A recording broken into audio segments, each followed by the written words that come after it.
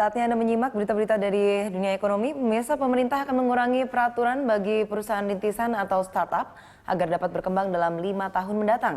Karena potensi startup di Indonesia masih sangat besar. Pemerintah akhirnya membuka mata terhadap potensi startup atau perusahaan rintisan Indonesia yang sebagian besar berbasis teknologi komunikasi. Menurut Menteri Komunikasi dan Informatika Rudiantara, banyak faktor yang menghambat perkembangan startup di Indonesia. Antara lain problem sumber daya manusia, masalah fiskal, pengumpulan pajak, bea cukai, investasi, dan kebijakan yang tidak mendukung bisnis perusahaan rintisan. Karena itu pemerintah akan mengurangi sejumlah peraturan dan membuat peta jalan pengembangan startup seperti e-commerce yang ditargetkan rampung Agustus mendatang. Untuk itu Kementerian Komunikasi dan Informatika akan fokus pada penyediaan broadband sebagai syarat pengembangan startup di Indonesia.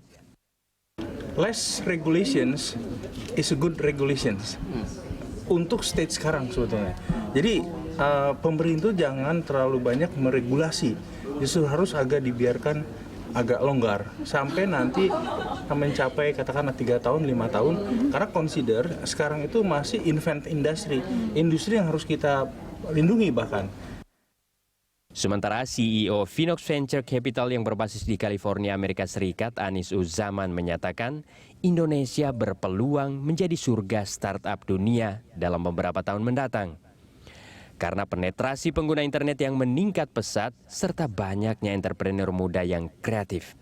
Karena itu Anis meluncurkan buku panduan membangun startup ala Silicon Valley di Jakarta dan berinvestasi di sejumlah startup di Indonesia.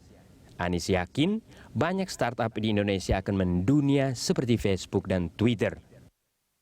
I feel that Indonesia is going to be very successful. I mean, Indonesia's economy is growing very fast, and I think the Indonesian entrepreneurs are learning very fast, right? I think Indonesia can become bigger than Silicon Valley, and this is the right time for all the investors, the government, everybody to come together and help these entrepreneurs to actually take the next step. I feel that this book is going to be one step. Selama tahun 2014 lalu, pengguna internet di Indonesia sudah mencapai 107 juta atau sekitar 40% dari 252 juta penduduk Indonesia.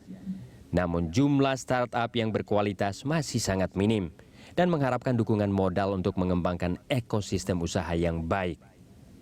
Tim Liputan, Berita 1, Jakarta.